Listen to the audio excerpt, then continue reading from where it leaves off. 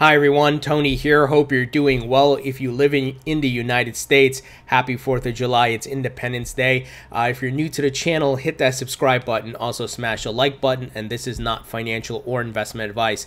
Let's take a look at the market here. Bitcoin looking very strong, currently at $11,850. It looks like we're working our way back up to 12,000. If you saw my previous video, we talked about this, that hoping by the end of this week we would reach 12,000 again. So it's looking pretty strong here, up near 5% from a 24-hour perspective. Ethereum at $296, XRP close to 40 cents. So all coins are, kind of stagnant right now, but Bitcoin, as you know, leads the charge for the market.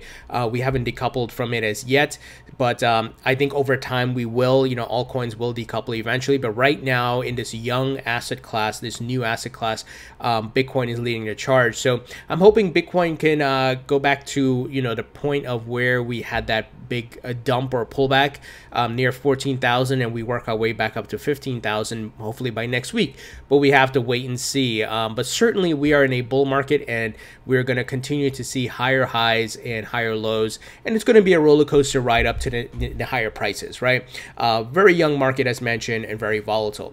Now, because we are in a bull market, and because the Bitcoin halving is coming up next year, many people are coming out with their price predictions, and one such is Anthony Pompliano. Many of you know him as Pomp on Twitter. He's the co-founder of Morgan Creek Capital. Now, many of you saw my photo I took with Mark Yusko, who is the CEO and co-founder of Morgan Creek Capital. Well, Anthony Pompliano is also the co-founder. I met him and Mark at a blockchain Christmas party back in December 2018. Very nice guys, and they're all in on crypto. So Pomp said he is 75% confident Bitcoin price is $100,000 by the end of 2021. So is this a realistic prediction? I think so. Now, will I say that it's going to be at 100,000? I would rather say no. I would rather say it should be in a range. I say between 80 to 100 because, I don't know if we're going to be close to 100, or we might be a bit further off. We might be around 80, maybe 75, right?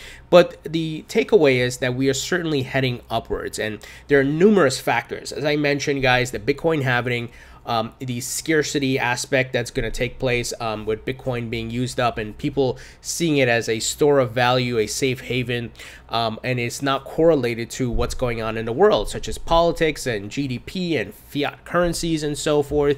And it is certainly leading to new disruptive technology, and many of the people around the world are waking up, right? Facebook, we're going to create our own. JP Morgan, we're going to create our own, right? They're now realizing, wait a minute, this is for real. This is the next evolution of money, of currency, as well as the layer of trust on top of the internet with blockchain technology.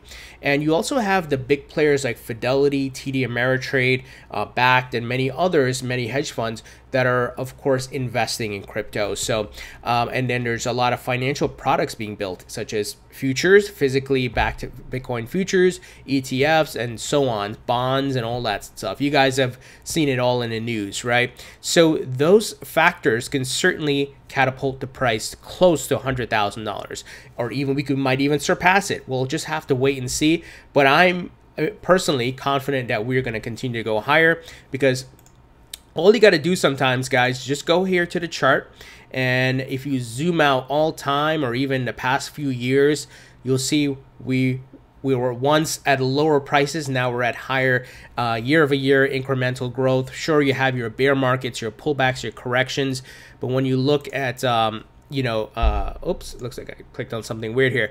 When you just look at the data, it's pretty amazing, right? All time. And you got to have patience. It's a patience game, guys. Even let's say the people who got in at Bitcoin maybe in 2014, 2015, even 2016, would they have sold, if they sold 6 months later or whatever it may be, they probably lost out on significant profits, right? But once again, look at that chart, continual run up. And if we look all time, it's just, the chart speaks for itself, right, guys? It's all here in the data. And obviously we had our bull runs along the way, and we had a massive one in 2017, and I believe this next one will be significantly larger because institutional money is on board, governments are on board, they're releasing their rules and regulations, they're not killing it, and this is the new asset class. Now, moving ahead, we got some very bullish news here from a Ripple employee.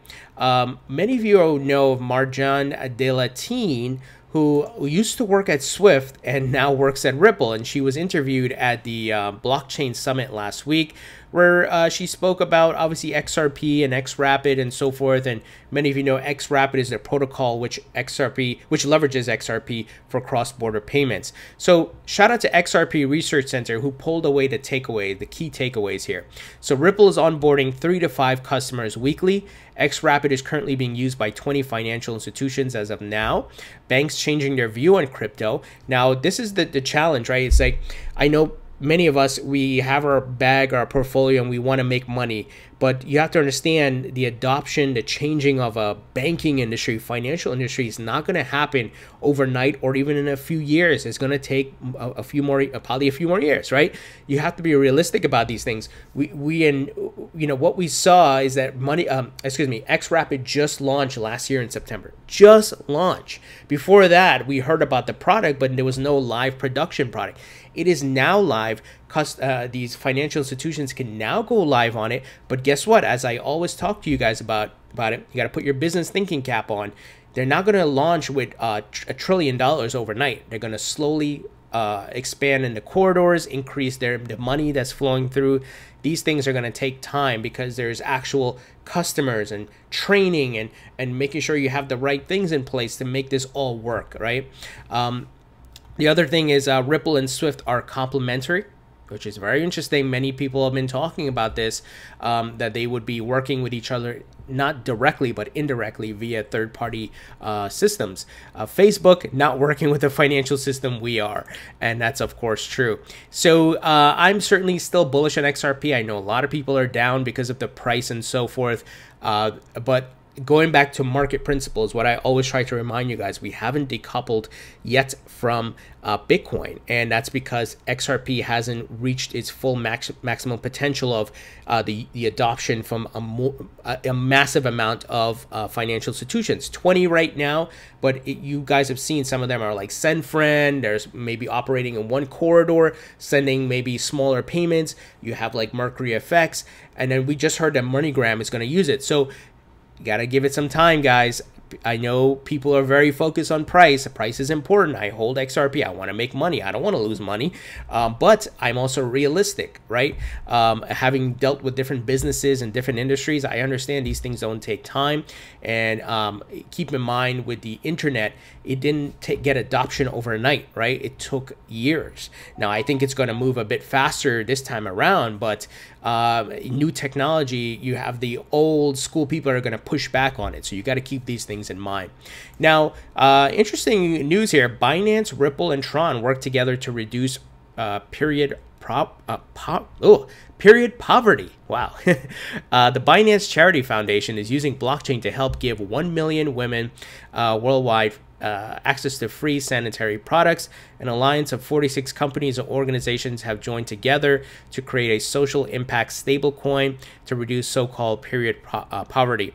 So this is great. Ripple, as you guys know, has been very much a part of giving back and building their brand and donating to charities. They've done a lot of work, which I think is very smart. That's what companies have to do to build a brand. And when you think about what Ripple's going to be doing with their slogan with companies runs on Ripple, and you want it to become a household name, part of that is giving back to the community. So great to see these companies working together, and we're going to see more and more of this as this industry grows. Now, crypto, as I mentioned, is the new disruptive technology changing money, and it's becoming more apparent to world governments, right? Many who are trying to escape sanctions or change the economic structure or issues that are happening in their country, they are looking to crypto. We saw Venezuela do this and trying to do it with the petro. Even the people not using petro but started using crypto like Dash and Bitcoin and so forth to bypass the fiat currencies because of the massive inflation. Well, Cuba is eyeing cryptocurrency as a solution to sanctions, financial woes. there's not a lot of details here, but it sounds like they're thinking about it here. Cuba has announced it is considering the use of cryptocurrency in order to bolster its finances. According to a report from the SBS AAP, the country's communist government announced on state-run TV that it would potentially use crypto as part of a package aimed to boost incomes for as much as a quarter of Cubans and assist with market reforms.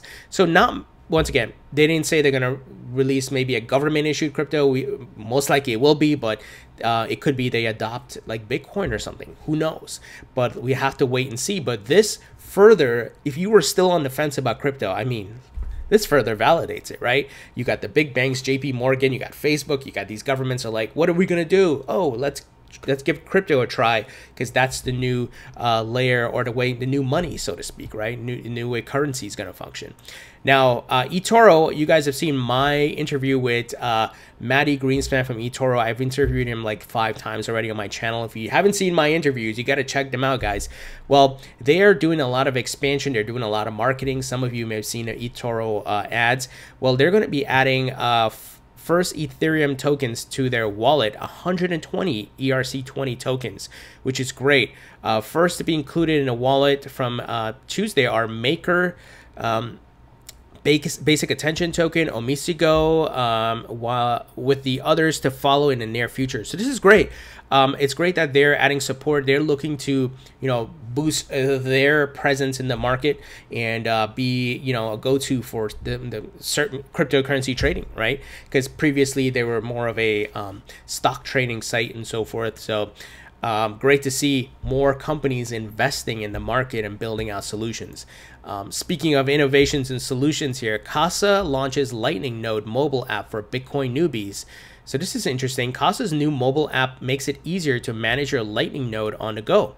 Launched today, the new Sats app works with a non-custodial wallet with like a non-custodial wallet with some unique features.